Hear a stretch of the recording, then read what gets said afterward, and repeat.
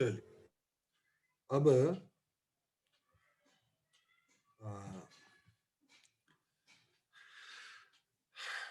आपके सामने हम आगे चलते हैं और चीज़ों को रखने का प्रयास करते हैं।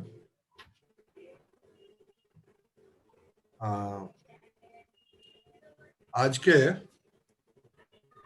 डेट पर थोड़ी सी चीज़ों को आगे बढ़ाते हैं।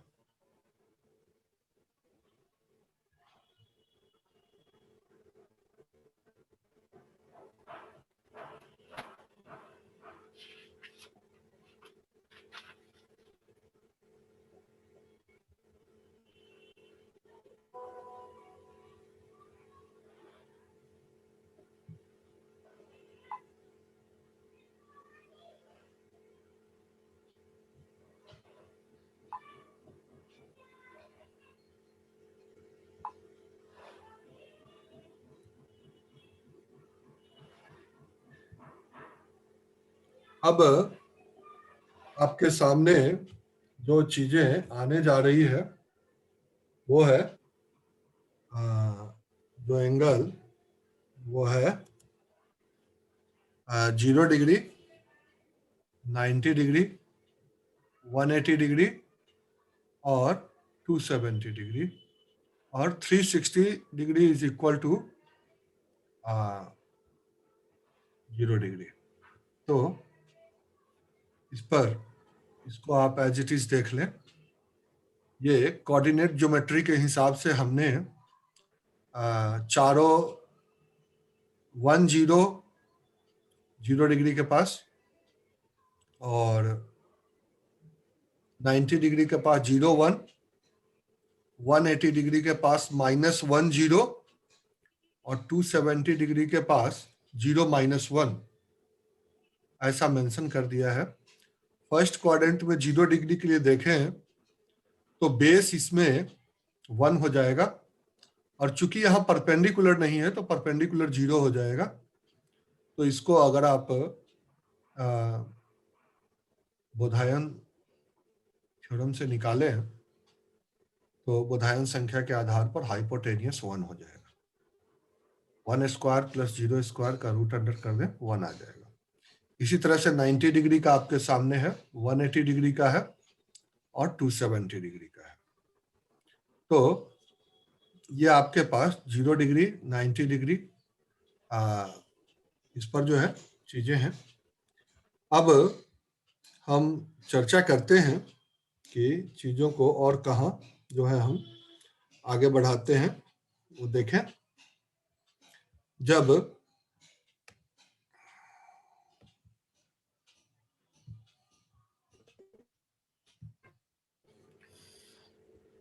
चीजें आपके सामने है,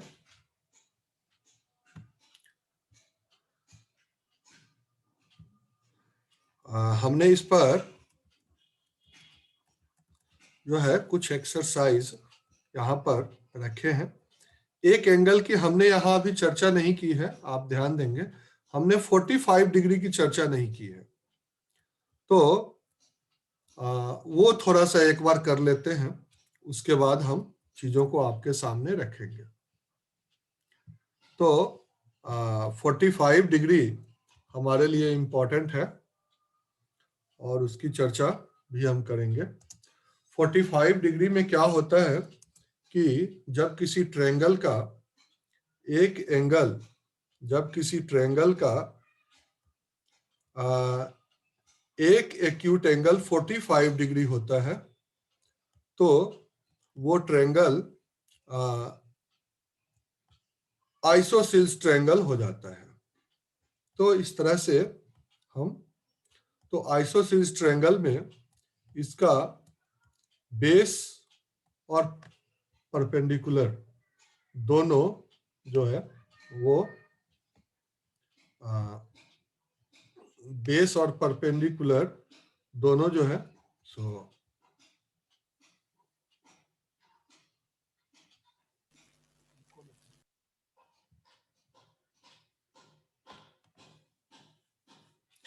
बेस और परपेंडिकुलर दोनों जो है वो हो जाता है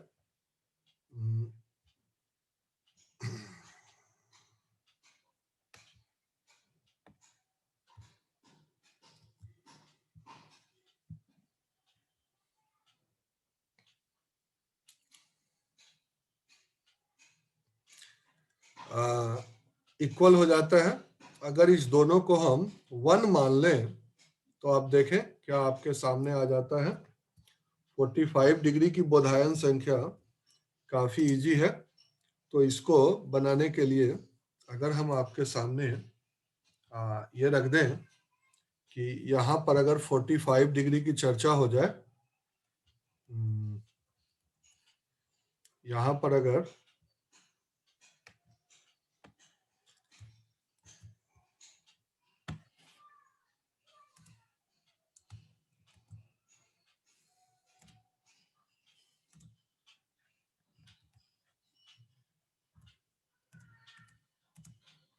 यहाँ पर अगर 45 डिग्री की चर्चा हो जाए तो 45 डिग्री का जो ट्रायंगल बनेगा वो आइसोसिस ट्रायंगल बनता है। 45 डिग्री 45 डिग्री।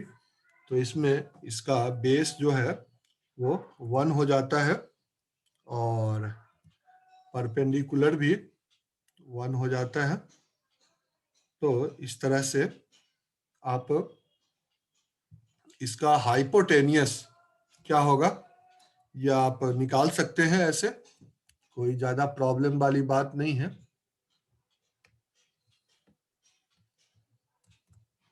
और इसको लिख भी दीजिए तो कोई प्रॉब्लम नहीं है। इसका इसलिए मैं चर्चा कर दिया हूं क्योंकि आगे जो है ये आपके काम आएगा। ये हाइपोटेनियस इसका आपका √2 हो गया। तो ये 45 डिग्री की बोधायन संख्या आपकी हो गई। तो इस तरह से इन चीजों को हम आगे बढ़ा सकते हैं। अब इससे ज्यादा हमें सीखने की जरूरत नहीं है। 45 डिग्री सीख लिए तो ये हमारा काम आगे चल जाएगा। ऊपर जो हम लोगों ने यहाँ एक्सरसाइज किया था अब उसको आगे बढ़ाते हैं और देखते हैं चीजों को कि कहाँ जो है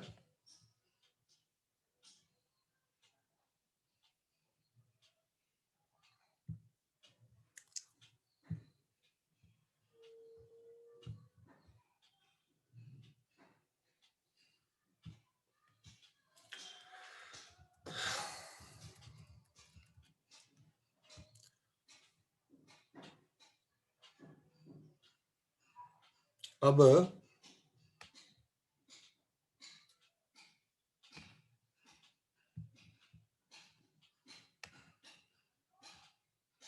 Sir, you can draw right angle triangle na, isosceles right angle triangle. Everyone will get more clarity na.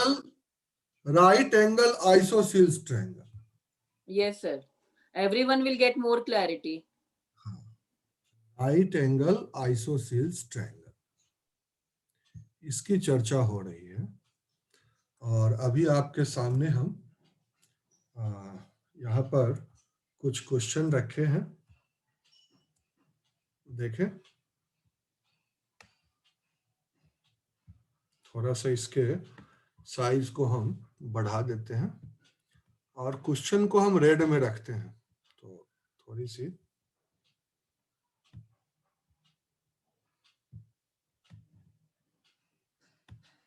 देखें। अब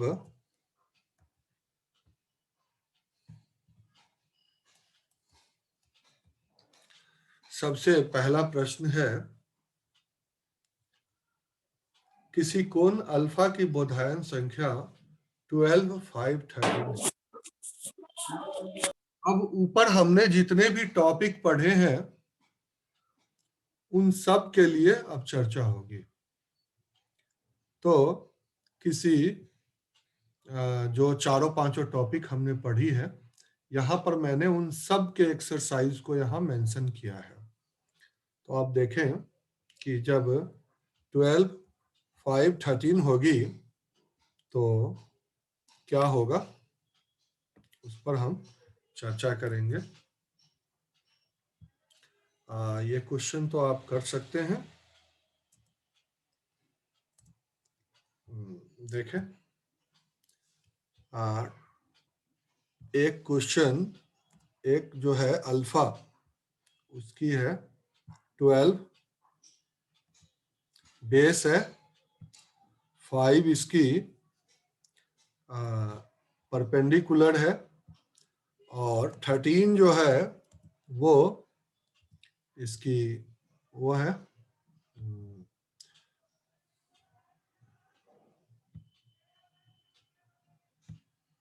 तो अब क्वेश्चन कहता है कि अल्फा की बोधायन संख्या, अल्फा की बोधायन संख्या जो है वो क्या है? अल्फा की बोधायन संख्या आपके पास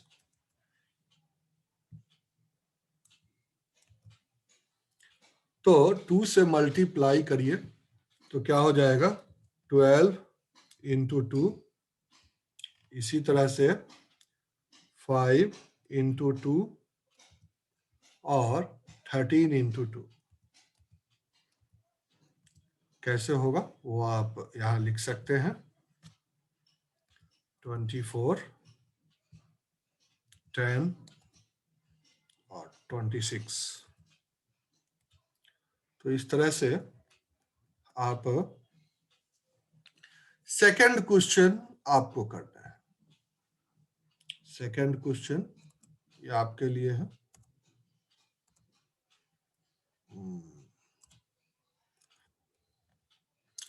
जैसे ऊपर 2 से मल्टीप्लाई किए हैं तो उसी तरह से यहाँ 7 से मल्टीप्लाई करना है 3, 4, 5 में। 3, 4, 5 में 7 से मल्टीप्लाई करना है। तो ये तब तक आप करें, मैं नेक्स्ट क्वेश्चन को देखता हूं। कोटि पूरक कोण मतलब? कोटि पूरक, कोटि पूरक का ऊपर आपको मैंने चर्चा किया था कि इसका मतलब होता है complement angle. Okay. Complement 90 degree minus something, अभी हम उसकी चर्चा करेंगे आपसे। जी सर। अभी ऊपर जो हमने बात की है तो वहां कोटि पूरक की चर्चा हुई थी, और उसमें जो बातें हैं वो आपके सामने मैं रखता हूं। यहाँ एग्जाम्पल मैं आपको बताया था, ये देखें। जब ये क्वेश्चन सॉल्व कर रहा था तो मैं यहीं से कॉपी करता हूं और फिर वहां पर आपके सामने इस सॉल्यूशन को डालता हूं। क्योंकि इतना लिखना थोड़ा सा वो नहीं है, तो देखें इसको। ये आपके सामने एंगल अल्फा जो है 3, 4, 5 है। इसका जो कॉम्प्लीमेंट एंगल है 90 माइनस अल्फा, वो क्या होना चाहिए? 4, 3, 5। आप देखें बेस और परपेंडिकुलर आपस में शिफ्ट होते हैं सिर्फ, बाकी सब चीजें एज इट इज रह जाती है। तो ये आपकी जो है वो किसी कोण अल्फा के लिए जो बोधायन संख्या आपके सामने है वो कुछ ऐसी है। अब इसी पर बेस्ड एक चौथा, फोर्थ क्वेश्चन है नेगेटिव एंगल के लिए। नेगेटिव एंगल के लिए जब हम चर्चा करते हैं तो आप देखें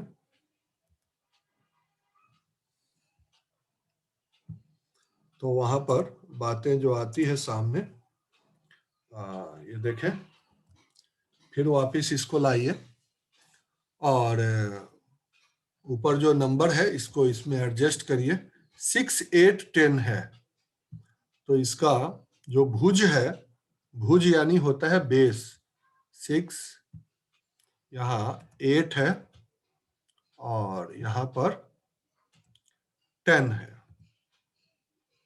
ऐसा। उसके बाद हमें यहाँ नेगेटिव एंगल निकालनी है, तो 90 डिग्री को आप हटा दें और सिर्फ माइनस अल्फा रखें। तो माइनस अल्फा के लिए जो नंबर हो जाएगा नेगेटिव एंगल के लिए, तो बेस एज इट इज आपका 6 रह जाएगा। 8 जो परपेंडिकुलर है वो नेगेटिव हो जाएगा और हाइपोटेनियस आपके सामने एज इट इज रह जाएंगे। तो ये आपके हर टॉपिक के ऊपर हमने यहाँ एक्सरसाइज डाल दिया है। जितना टॉपिक हमने पीछे किया है उस पर बेस्ड। तो ये देखते हैं।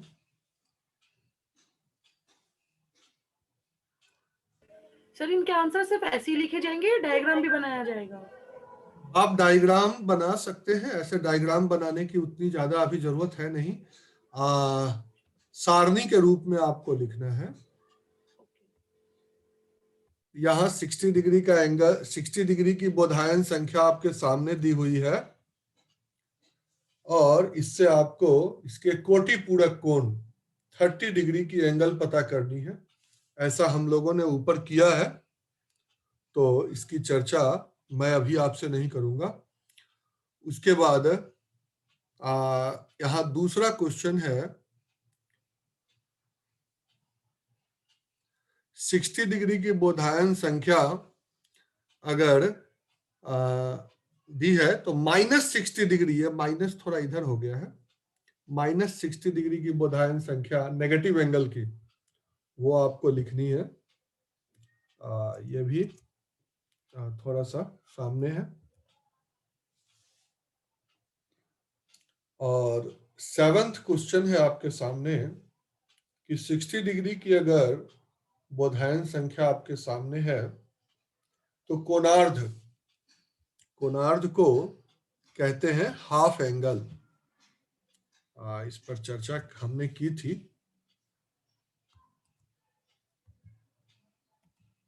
हाफ एंगल की बात की थी।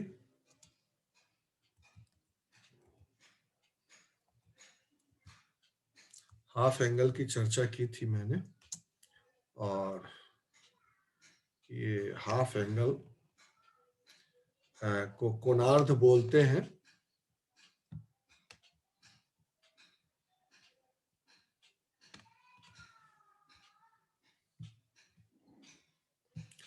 थोड़ा स्पष्ट दिखेगा दूर से। किसी भी एंगल का हाफ, थीटा है तो θ/2, और इसको आप लोग सॉल्व कर सकते हैं। इसी प्रकार से 90 डिग्री का जो बोधायन संख्या आपके सामने दिया हुआ है, तो आप देखें मैंने 45 डिग्री कैसे निकलवाया है।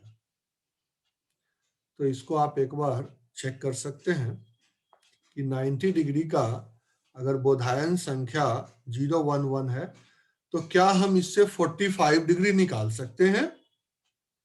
तो और उसको पीछे आपको जो कोणार्ध वाला फॉर्मूला है, इसको आप टेस्ट करिए कि ये लास्ट क्वेश्चन इसका हमने यहाँ पर दिया था। और 2 मिनट थोड़ा सा मैं आ रहा हूं।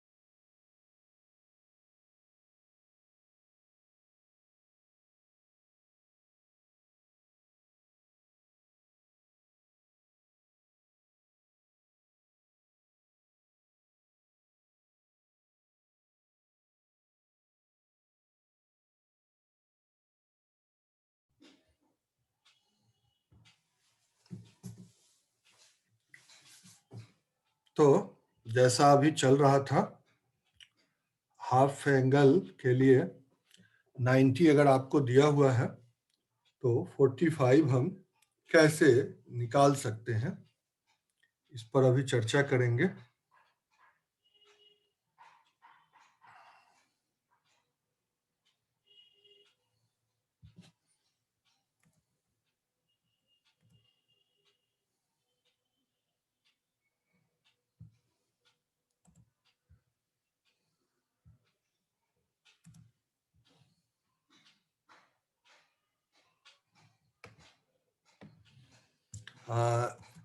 हम जो ऊपर में आपको बुक में 90 नहीं 45 का एंगल नहीं समझाए हैं, उसके पीछे रीजन यही था हमारा, थोड़ा सा हमारे ब्रेन में जो चल रहा था कि 45 का एंगल बच्चे को कॉन्सेप्ट नहीं बताई जाए, उसे एक्सरसाइज के थ्रू निकलवाया जाए, ऐसा हमारा अपना कॉन्सेप्ट था, मतलब सोच थी।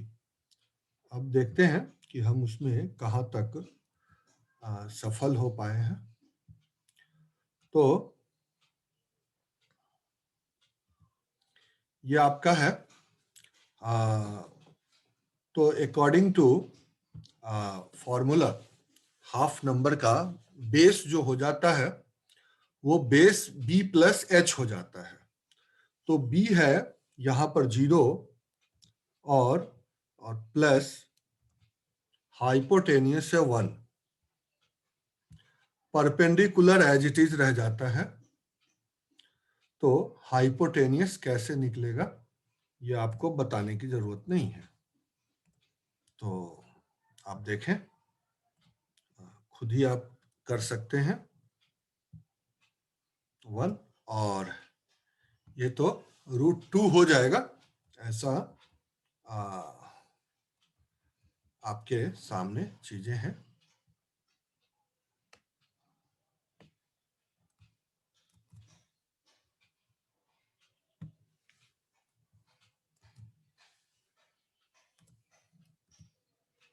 तो ये √2 आपके सामने आ गया।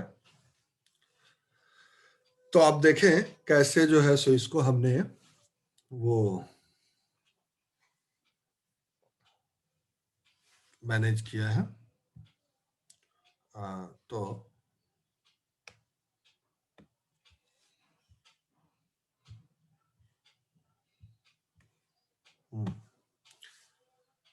वन और √2 ये हमारे इस एक्सरसाइज के थ्रू ही हमारे हाफ एंगल सॉल्व हो गए और 45 डिग्री भी हमको मिल गया।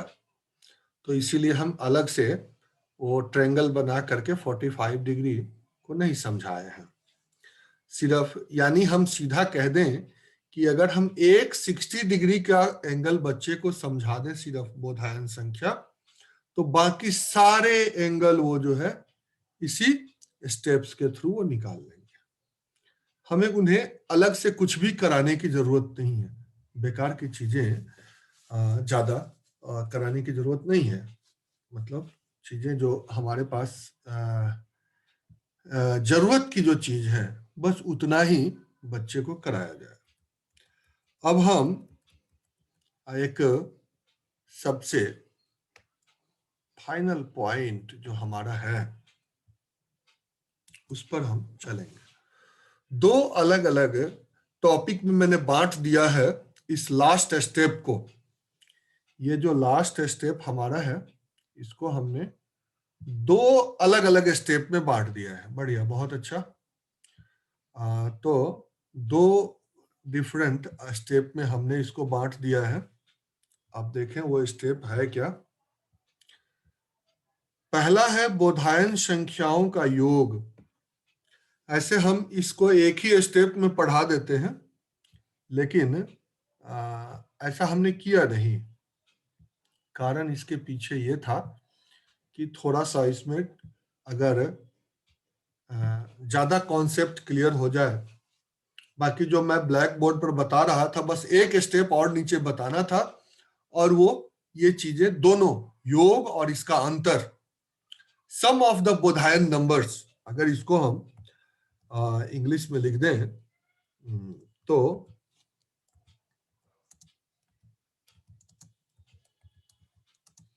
द बोधायन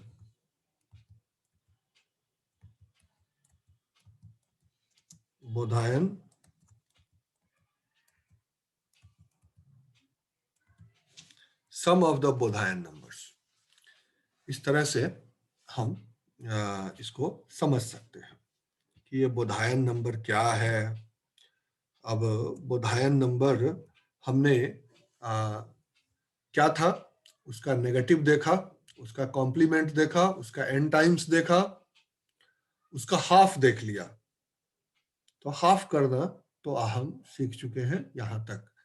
अब जो हम सीखने जा रहे हैं वो है सम ऑफ द बोधायन नंबर्स, यानी बोधायन संख्याओं का योग। तो जो ही बोधायन संख्याओं का योग होगा, इसका मतलब है कि एक से ज्यादा संख्या होगी, तभी जो है सो बोधायन संख्या का योग पॉसिबल है। तो यहाँ पर हम जो चीजें लेंगे वो है दो एंगल लेंगे, अल्फा या अल्फा बीटा या ए बी या एक्स वाई, जो भी आप लेना चाहें अकॉर्डिंगली लेकर के इसको समझा सकते हैं। तो सबसे पहले हम आपको एक पिक्चर पर छोड़े जाते हैं और पिक्चर के डिस्क्रिप्शन हम बाद में करेंगे, क्योंकि ये पिक्चर ही सबसे इंपॉर्टेंट है।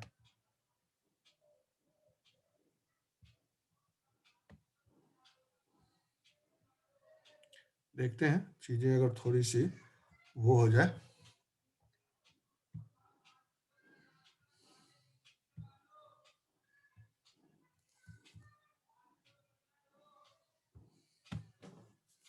तो ये पिक्चर अगर आ जाती है तो मैं इसको थोड़ा सा लेने की कोशिश करता हूँ।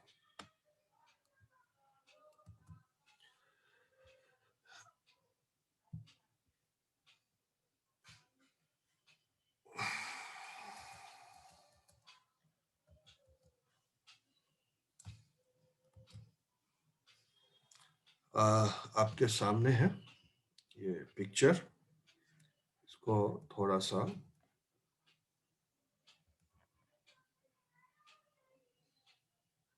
क्या हो गया,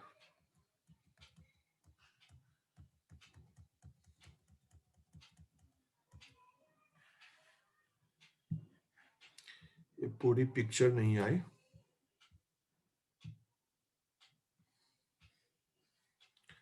एक मिनट में फिर ट्राई करता हूँ, कहाँ छूट गया है।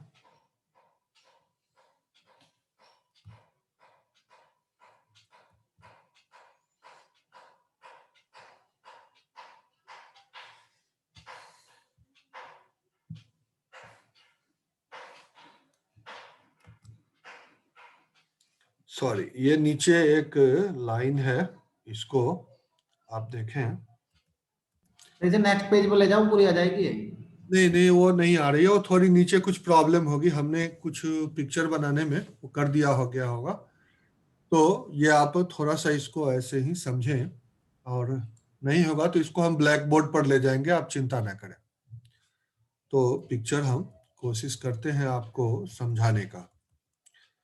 तो इस तरह से ये जो पिक्चर बनी है, देखते हैं। अब इसको हम ब्लैक बोर्ड पर ले जाते हैं, तब ये थोड़ी सी अच्छी जो है वो फॉर्मेशन बनेगी।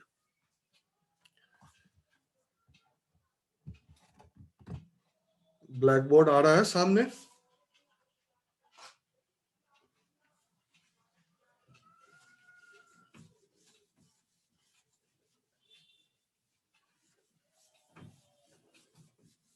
इसमें जो है नाम इंपॉर्टेंट है और थोड़ी सी चीजें।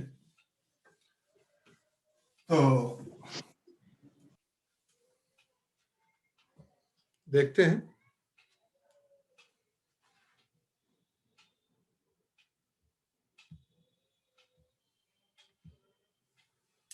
एक बार जब पिक्चर बन जाए तो फिर उसके बाद हम लोग इसको ले सकते हैं। जैसे एक हमारे यहाँ सर ये स्क्रीन शेयर है, इसलिए पूरी पिक्चर नहीं आ रही है। हाँ वो पॉसिबल है, वो नीचे कुछ लाइन है, वो एक मिनट वही देखता हूं मैं। हो गया सर, हो गया। आप चिंता ना करें, वो हम एक दूसरे चीज का स्क्रीन शेयर कर देते हैं तो आपको आ जाएगी चीजें समझ में। आप देखें, पिक्चर तो हम पूरी दिखाएंगे आपको, और आ रहा है। कोई बात नहीं, पिक्चर हम अभी दिखा रहे हैं आपको।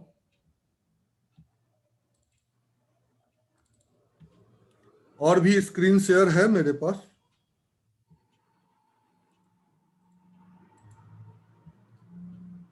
अब देखें, अब पिक्चर आ रही है। हाँ जी सर, आ रही है। अब आ रही है। यस सर, ठीक है। ठीक है, ठीक है। अब चलते हैं, ज्यादा यहाँ परेशान होने की जरूरत नहीं। तो इस तरह से हमारी जो है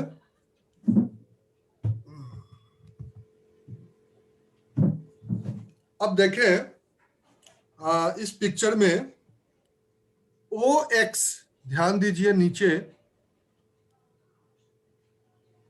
एक लाइन है जिसमें OP और OQ दो अलग अलग हैं, इसको भी ध्यान दीजिए। OP, OQ और OR से आप देखें, उसके बाद R से लेके जो नीचे OP पर आया है वो M, और TN को भी ध्यान दीजिए, और T से S की तरफ एक ये है। तो यहां दो ट्रायंगल कन्वर्ट होता है। एक ट्रायंगल है आपका अलग अलग, तो एक ट्रायंगल है RST, ऐसा समझ लें, अल्फा एंगल के लिए, और दूसरा ट्रायंगल है आपका ROT, ऐसा जो है इस तरह से आपका बीटा एंगल के लिए। आपका हो गया एंगल बीटा हो गया ROT, और एंगल अल्फा हो गया आपका QOP, ये अल्फा हो गया, जो TON के बराबर है। TON कहाँ है, एक बार जरा ध्यान देंगे, TON भी अल्फा ही है। तो इस तरह से ये चीजें एंगल इक्वल हो जाती है। तो यहां पर दो जो बोधायन एंगल्स की चर्चा हो रही है वो हो रही है अल्फा और बीटा की। तो यहां हम इसको यहीं पर आ जाते हैं, और आपके सामने भी होगा और इसकी चर्चा भी हम लोग आराम से कर पाएंगे। देखते हैं, तो यहां पर भी देखें और ब्लैक बोर्ड पर भी देखें, दोनों चीजें आपके सामने रहेंगी और इसकी चर्चा हम लोग करेंगे। तो सबसे पहले हम एक अल्फा लेते हैं, एंगल अल्फा। तो एंगल अल्फा की बोधायन संख्या है B1, ठीक है। उसके बाद P1 और H1, ऐसी जो है वो आपके सामने है अल्फा की बोधायन संख्या। उसी प्रकार अगर बीटा की बोधायन संख्या देखी जाए तो B2, P2 और H2, ऐसी जो है वो बोधायन संख्या आपके सामने हो जाती है। अब हमारे पास जो एक प्रश्न आता है सामने, वो कुछ ऐसा आता है, वो देखें। अब कौन सी फिगर B1 कहाँ है, इस विषय में हम चर्चा करेंगे कि उस फिगर में आप देखें OP कहाँ है, इस बात को देखें। OP है और ये PQ है, P1।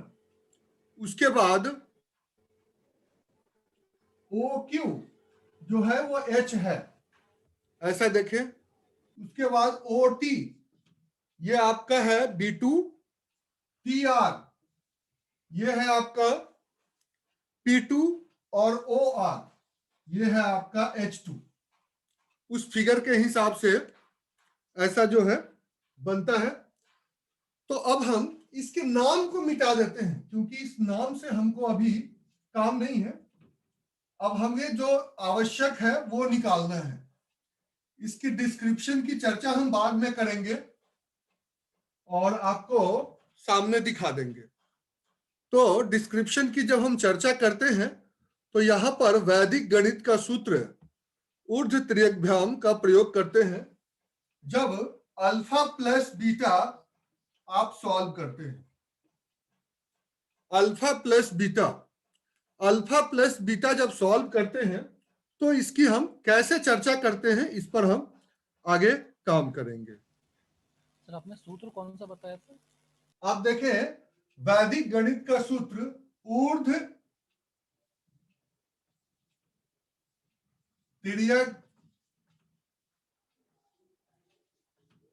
त्रियग्भ्याम, ऊर्ध्व त्रियग्भ्याम वैदिक गणित का तीसरा सूत्र है।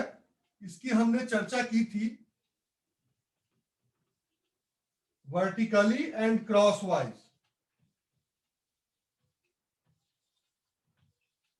वर्टिकली एंड क्रॉसवाइज यह वैदिक गणित का सूत्र आपका लागू होगा। यहां पर कैसे होगा, इस बात को समझें कि सबसे पहले ऐसे वर्टिकली ऐसे मल्टीप्लिकेशन होगा, नीचे से ऊपर की तरफ।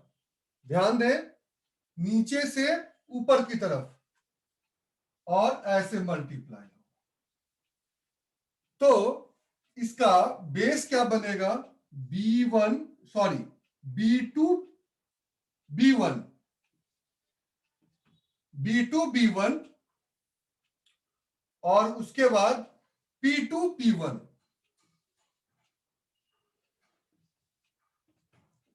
हमेशा ध्यान दें, नीचे वाला नंबर पहले लिखा जाएगा। B2 B1 P2 P1 vertically multiply हो रहा है। अब यहां पर अगर प्लस है तो यहां माइनस। ये आपका हो गया बेस, यानी भुज हो गया। अब आइए इसके परपेंडिकुलर में। परपेंडिकुलर में क्या होता है, ऐसे क्रॉस वाइज मल्टीप्लीकेशन, ऐसे